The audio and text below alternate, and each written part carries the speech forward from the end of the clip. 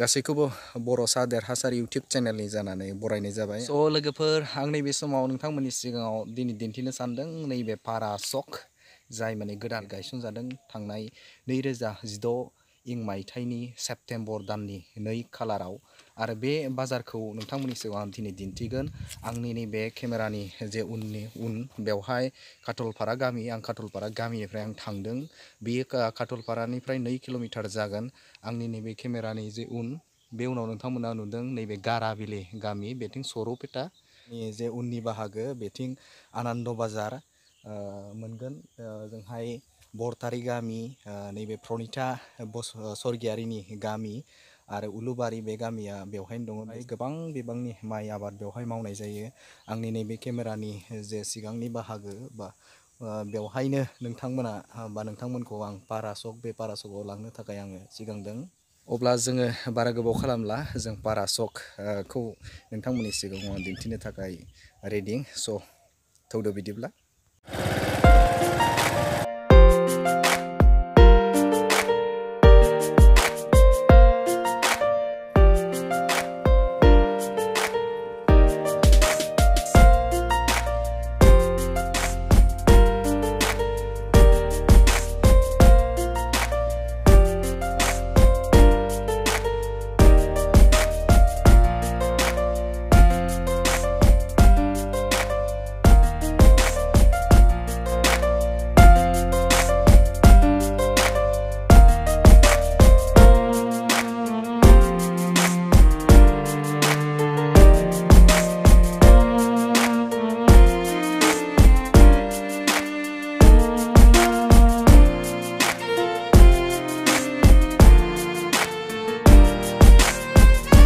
नैबे समाव आं दङ नैबे पारा बाजार गोदानै गायसनजानाय पारा बाजार बेखौ 2016 इं मायथाइनि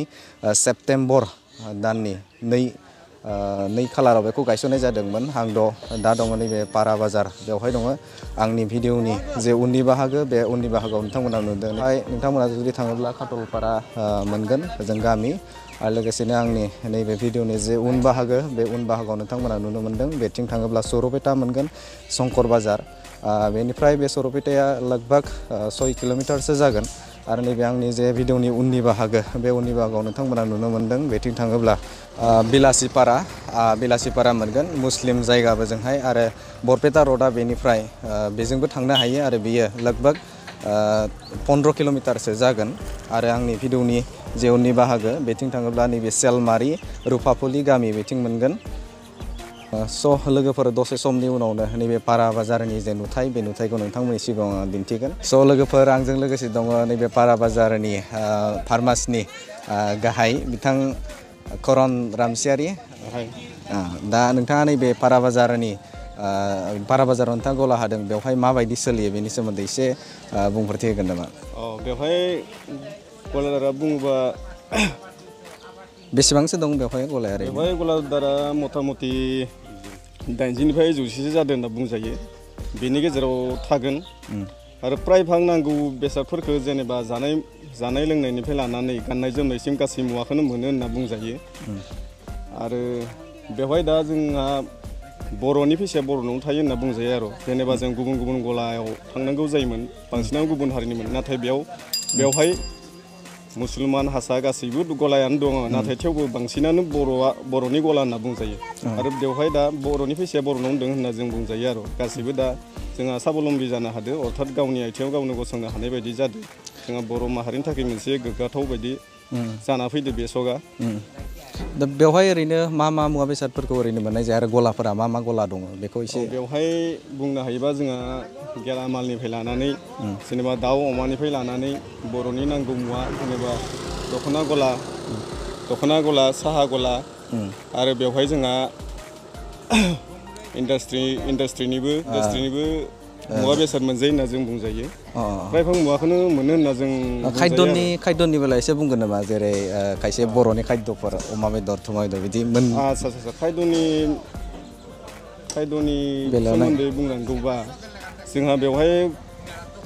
गेलामालावथ' जोंहा दावदैया थाखाबायानो। बेनि अनगायैबो जोंहा जेनेबा ब्रयलार लकेल दाउ अमा बायदिसिनाखौ मोनो होनना बुंजायो आरो जोंहा बेवहाय बेलासि जानाय लोगो लोगोनो मोनसे बाजार जोंहा बेलासिनि बाजार जायो सानसेयारि बाजार बेवहाय जोंहा गुबुन गुबुन जायगानिफ्रायबो मुस्लिमफोरा फैनानै फानफैयो आरो जों खम बेसेनावनो मोनो होनना बुंजायो आरो थिगानो दं स' लोगोफोर नोंथांमोना नुनो मोनबाय नैबे बिथां करन रामसियारि बिथाङा बुंदों दे बेवहाय नैबे गोनांथि जानाय मुवा बेसादफोर अमानिफ्राय लानानै नैबे जानाय खायद' अमा दाउ ब्रयलार गासैखौबो बेवहाय मोनफुंनाय जायो ना बेखौ मोनो आरो नैबे बेलासिनि समाव बाजार जायो मैगं थाइगंफोरनि बाजार बेवहाय मोनफुंनो सानो आरो गासैखौबो एसे खम बेसेनावनो बेवहाय मोनफुंनाय जायो आरो लोगोसेनो बेवहाय मोनसे नोंथांमोननि सिगाङाव गोजोनथाव खौरांखौ आं बुंनो सानगोन बेवहाय नैबे आर अनलाइन सेन्टार जाय बिथांमोना नैबे आथिखालनि समाव अनलाइननि मोनसे जुग जादों जायनाखि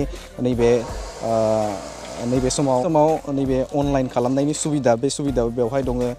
लोगोसेनो पेन कार्ड बानायनाय आरो लोगोसेनो नैबेहाय फ्लाइट टिकेट दाननाय गासैखौबो बेवहाय खालामनाय जायो नोंथांमोना नैबे जायगायाव फैनोब्ला मोनसे सहस उफायजों फैनो हागोन आर अनलाइन सेन्टारनि गेजेरजों नैबे गुगोल मेप बे मेपनि जोहै नोंथाङा बे जायगायाव ट्रेक खालामना फैनो हागोन आरो लोगोसेनो बेवहाय नैबे मोनसे मुंदांखा जेराव जायखौ बुंनो हानो नैबे न'नि ग्रिल बानायनाय बेनिफ्राय न'नि नैबे गेट बानायनाय बेखौ बे जायगायाव बानायनाय जायो आं बेखौ नोंथांमोननि सिगाङाव भिडिअनि गेजेरजों आं दसे समनि उनाव दिन्थिगोन आं लोगोसेनो बे नैबे गारिफोरनि पार्ट्स बडि बानायनाय मा बानायनाय बेखौ बेवहाय बानायनाय जायो आं नोंथांमोननि सिगाङाव बै नुथायफोरखौ भिडिअनि गेजेरजों दसे समनि उनावनो आं दिन्थिगोन स' गासैखौबो दसे सम आंजों थाफानो थाखाय खावलायनाय जाबाय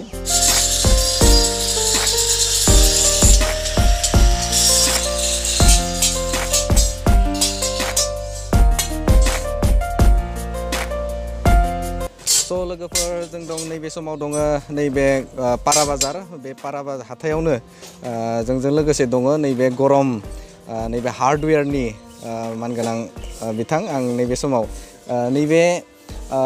जिहेतु बेवहाय गारिफोरनि पार्ट्स आरो जालाय थालाय बिदि होनाय जायो गोबां दा बेवहाय माबायदि नोंथांमोना बे जायगायाव बे माने रायजोफोरजों कमिउनिकेट खालामनो हादों आरो बेवहाय मा खालामनाय जायो एसे फोरमायनो हागोन नामा दा जों बेहाय जिदिनिफ्राय खामानिखौ मावदों बिदिनिफ्राय मोजाङानो सोलिबाय दङ एख' साइडनिफ्राय जेबो डिस्टार्ब मोनाखै जोङो मावनानै जोङो बेवहाय मावनाय जायो गासै न'नि खामानि ग्रिल बायदि बिदि आरो गारि बडि आरो सोरनोबा अर्डारि माल आरो बे जान्थि बानायनो होयो खोब मागो समाव आरो बिदि खापनि हुकेन जेन्थेर सोरखि बेफोरबायदि गासै एभ्रिथिं बुस्थुखौ जों बानायनाय जायो बेहाय अलरेडि जोंहा बिदि बानायनानै सेलबो जाबाय गटे गारि गंसे लाखिना दोनदों आरो बेवहाय ओरैनो गारिनि मा हाबाफोर बेवहाय मावदों दायो जों गारिखौ बडि बानायगासिनो दं आरो बडि बानायनानै दायो जों उनखिजाय एसे बाम्पार लागायनो नागिरदों आरो गासै जेरै मालिकनो जेरै डिजाइन नांगौ ओरैनो बुस्थुखौ बानायगासिनो दं जोङो आरो जुदि बिनि अनगायैबो आरो बेलेग माबाफोर नांबावगौबा बेखौ जों लगायना हरगोन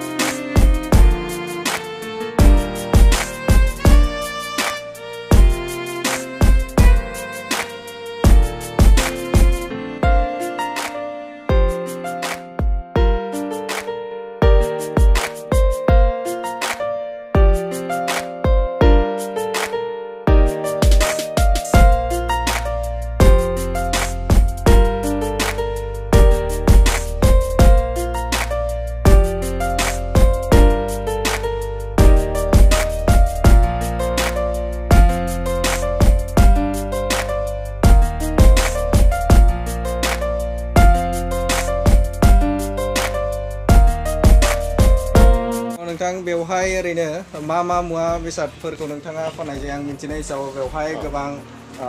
रिसार्चनि बेनारफोर नुलाबायदों आरो लोगोसेनो नैबे बिजाब बाख्रि बेखौबो नोंथांनियाव नुनो मोनदों बेवहाय नैबे पारा बाजाराव माबायदि बिदिनो बायलाय फानलायफोरा जायो बेखौ एसे फोरमायनो हागोन नामा आं जिनिफ्राय दखान होबोदों बिनिफ्रायनो बायनाय फाननायाथ' जोबोद मोजां सोलिगासिनो दङ आंबो पार्ट टाइम हिसाबै गलाखौ होनानै माबाबाय दङ आंबो बेलेगा बेंके जादों आंनियाव फरायसालिनि नांगौ मुवाफोरखौ मोननाय जायो आरोनो जेरै दाबो लाबोथ'वाखै उनावलागै लाबोथ'वाखै बहि पेन ओरैनो मोनो आरो नांगौ ओरैनो गोनांथि जानाय मुवाफोरखौ मोनजोबनाय आरो लोगोसेनो नैबे इयुनाव नैबे फरायसाफोरनि थाखाय बिजाबफोर लाबोनायनि मोनसे सिन्था खालामदों नोंथाङा ने थिगैनो खालामबाय सानबाय दोङो इयुनावलागै लाबोनायनि एसे नाजागासिनो स' थेंक इउ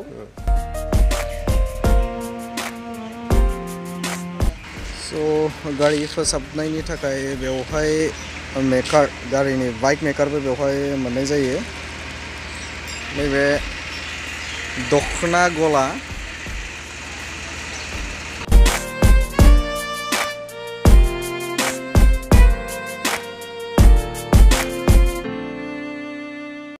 स' आंजों लोगोसे फिन दंफिनो नैबे करन रामसियारि बिथाङा नैबे बेहाय फार्मासिस्ट होयो बेवहाय जिहेथु जोंनो गोनांथि मोनसे स्टकआव जोंनो गासै मुवा गासै नैबे गलाफोरखौबो नांगौ लोगोसेनो नैबे जिहेतु फार्मासि बेखौ जों गोनांथिथार जायो आरो जायनि थाखायनो बे नैबे फार्मासिखौ बिथाङा दुखु खस्थ'नि गेजेरजोंबो गायसनदों आं नैबे समाव बिथांखौ बेवहाय माबायदि बिक्रि पार्टि थामहिनबा नैबे सुबुंफोरनि अनसायनायफोरा माबायदि बेखौ फोरमायनो थाखाय आं फिन खावलायदों बिथांखौ दा बेखिनि जिहेतु मेजरिटि एरिया बायदिथ' बेवहाय फार्मासि आरो गुबुन फार्मासि गैथ'ला नालाय आंनि अनगा बेनि थाखाय प्रायभाग सुबुंफोरनिफ्राय आं अनसायनाय मोनो आरो जेरैबायदि आं बिसोरनिफ्राय बिहेभ मोननांगौ बेबायदि बिहेभखौ आं बेवहाय मोनगासिनो दं नैबे समाव बेवहाय पारा सकआवनो टेन्ट हाउसबो दङ बेवहाय गोनांथि जानाय साउन्ड चेकनिफ्राय लानानै नैबे गासै जे टेन्ट हाउसआव गोनांथि जानाय मुवा बेसादफोरखौ बेवहाय मोननाय जायो आं नोंथांमोननि सिगाङाव नैबे कन्टेक्ट नाम्बारखौ जुम खालामना दिन्थिदों बेनि गेजेरजों नोंथाङा बे जायगायाव फैनानै बा कन्टेक्ट खालामनानै बिथांजों सुलाद लानानै मुवा बेसादफोरखौबो लांनो हायो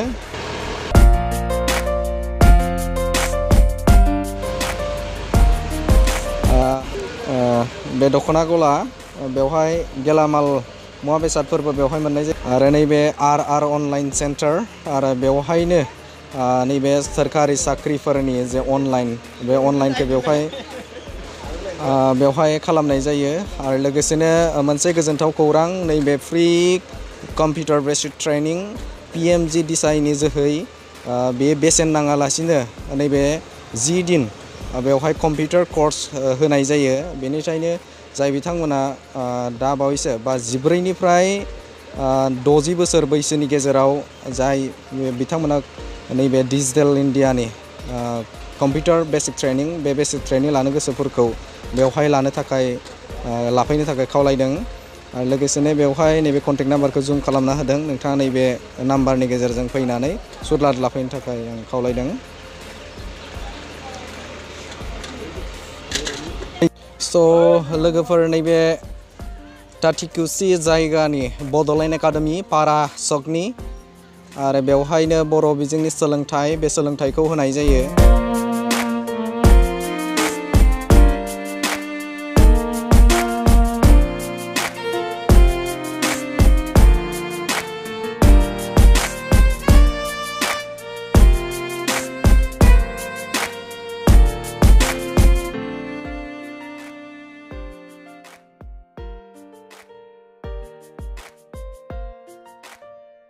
स' लोगोफोर नैबे समाव आङो नैबे पारा सक बे पारा सकआवनो दङ आरो बेवहाय